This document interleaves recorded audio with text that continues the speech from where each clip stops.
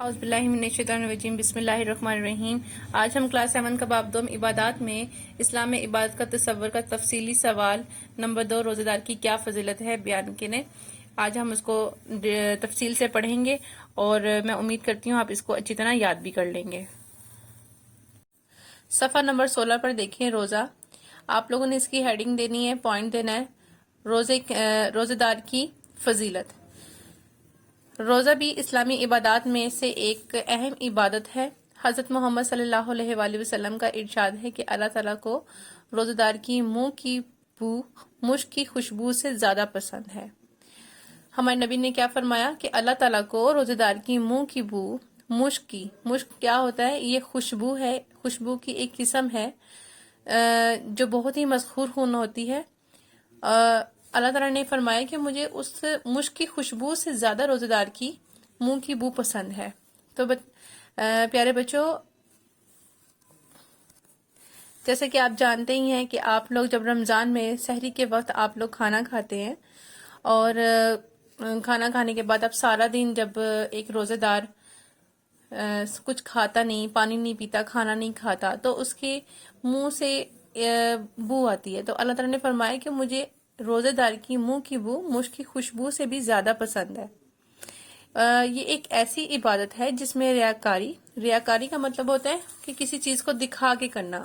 مطلب کہ ہم یہ کہتے ہیں جب ہم کوئی نماز پڑھ رہے ہوتے ہیں تو ہم دوسروں کو دکھا کر پڑھتے ہیں کہ دیکھیں ہم بہت نیک ہیں، بہت شریف ہیں، تو یہ ایک ریاکاری میں شامل ہو جاتی ہے ایک قسم۔ تو اگر ہم جیسے روزہ رکھتے ہیں اور کوئی بھی کام کرتے ہیں تو یہ کہتے ہیں کہ بھئی میرا روزہ ہے، مجھے تنگ نہ کریں، مجھے پریشان نہ کریں، تو مطلب آپ لوگ جب ایسے کرتے ہیں تو اس کا کوئی آپ کو اجر و ثواب نہیں ملتا۔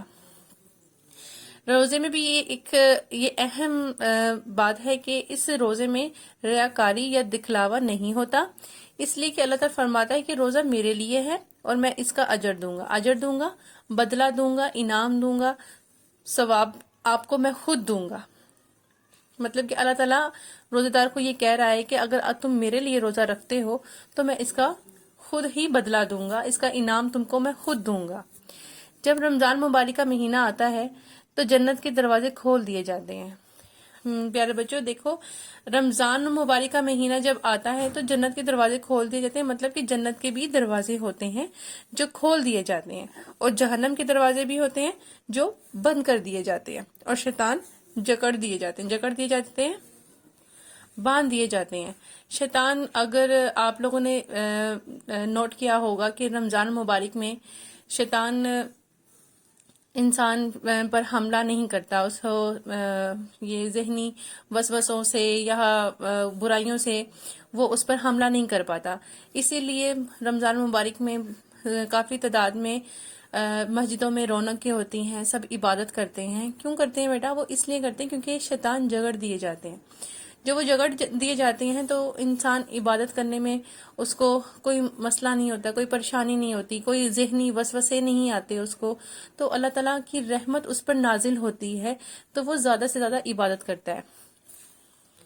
شیطان جو ہوتا ہے وہ آپ کو ذہنی وسوسوں سے، برائیوں سے آپ لوگوں کی جو اٹینشن ہے وہ ڈائیورٹ کرتا رہتا ہے۔ لیکن جب آپ روزہ رکھتے ہو اور رمضان کے مہینے میں، تو رمضان کے مہینے میں یہ فائدہ ہو جاتا ہے کہ شیطان جو ہوتے ہیں وہ جگڑ دی جاتے ہیں اور آپ لوگوں کے اوپر ایسے کوئی وسوسے طاری نہیں ہوتے۔ آپ اچھے طریقے سے اور صاف دل سے آپ اللہ تعالیٰ کی عبادت کرتے ہیں۔ قیامت کے دن جنت کے 8 دروازوں میں سے ایک دروازہ روزہ داروں کے لیے محسوس ہوگا۔ قیامت کے کتنے دروازے ہیں؟ قیامت کے دن جنت کے 8 دروازے ہوں گے، جس میں سے ایک دروازہ صرف اور صرف روزہ داروں کے لیے محسوس کر دیا جائے گا، یعنی کہ منتخب کر دیا جائے گا کہ وہ صرف اور صرف اس میں صرف روزہ دار ہی گزریں گے اور کوئی نہیں گزرے گا۔ روزہ دار کی تو اتنی ہی فضیلت ہے کہ ان کے لیے ایک جنت کا دروازہ منتخب کر دیا گیا ہے۔ یہاں تک آپ لوگوں نے اس سوال کا جواب اپنی نیٹ کاپی کے اوپر بھی لکھنا ہے اور آپ لوگوں نے اس کو یاد بھی کرنا ہے، اور اچھی طرح جو آپ لوگوں کو سوال دیے جا رہے ہیں آپ لوگوں نے ان کی اچھی طرح سے پریکٹس کرنی ہے، یاد کر کے آپ لوگوں نے ان کو لکھنا ہے، اور کوئی بھی دقت ہوتی ہے، آپ کو پریشانی ہوتی ہے، بک سے نہیں سمجھ آتی، تو آپ اس نوٹس آپ کے پاس موجود ہے، آپ نے وہاں سے بھی اس کا استفادہ اٹھا لینا ہے اور مناسب جواب دے کر اس کو منتخب کیجیے گا۔ اللہ حافظ۔